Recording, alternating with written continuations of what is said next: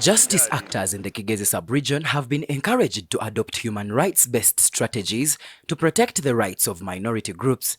This was highlighted at the commencement of a 5-day workshop organized by the Uganda Police in partnership with the Great Lakes Region Regional Training Facility, ICGLRRTF, at Agaba Center in Kabale Municipality. The workshop drew participants from the Uganda Police Force, Office of the Directorate of Public Prosecutions, Judiciary, Uganda Human Rights Commission UHRC, Electoral Commission, Uganda Prison Service and civil society organizations. Dora Christine Kanabahitabyamukama, a human rights and gender consultant with ICGLRRTF, noted that the workshop provides an avenue for judicial actors to address human rights issues affecting minority groups. The biggest challenge is that when they come to the justice system, some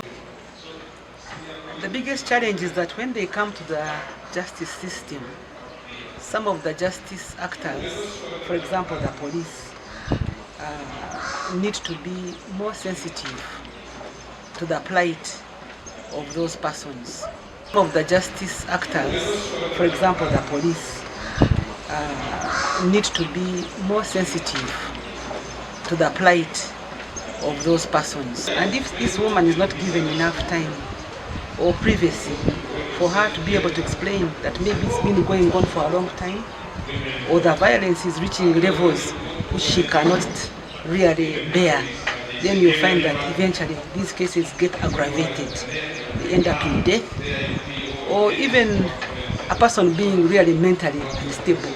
We are talking to service providers, the police, the state prosecutors, the judiciary, the civil society organizations, even prisons, so that whenever they meet somebody, even if it's a man, the man may not be able to tell the police that my wife has beaten me, and yet it is the case, because our culture would not really entertain that. But such a person needs to be given the comfort, the assurance that the law will actually address his needs, notwithstanding the culture. SCP Dr. John Kamia, Head of Curriculum and Doctrine Development in the Uganda Police Force, stressed the importance of such trainings in enhancing officers' skills in human rights practices. Kamia noted that key sessions will focus on sexual and gender-based violence, practical understanding of human rights, the role of justice actors in implementing the Anti-Torture Act, civil rights, and mindset change regarding human rights. We want to incorporate human rights in all aspects of our work. Police has been training its officers for a long time in human rights issues, but this time we have redesigned our program to say, let us put all the criminal justice actors in one room. The purpose is to ensure that all the justice actors do whatever it takes to deliver justice or service, fair services to people who are considered marginalized, who are less privileged, who are vulnerable, who may not have the muscle to access some things. Maybe they are poor, maybe they are physically challenged, maybe they are mentally challenged. Theopista Twembi, head of the UHRC Kabale Regional Office, welcomed the initiative, saying it will help tackle the human rights challenges faced in the region. 3 years we've registered so many complaints, but if we are to look at gender-based violence, right now for this year, we have a total of 39 complaints.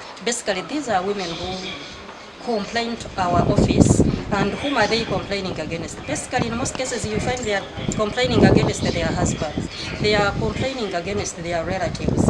Especially, we have a challenge in the region where men unfortunately die, and you find the relatives are mistreating these women, especially under property rights.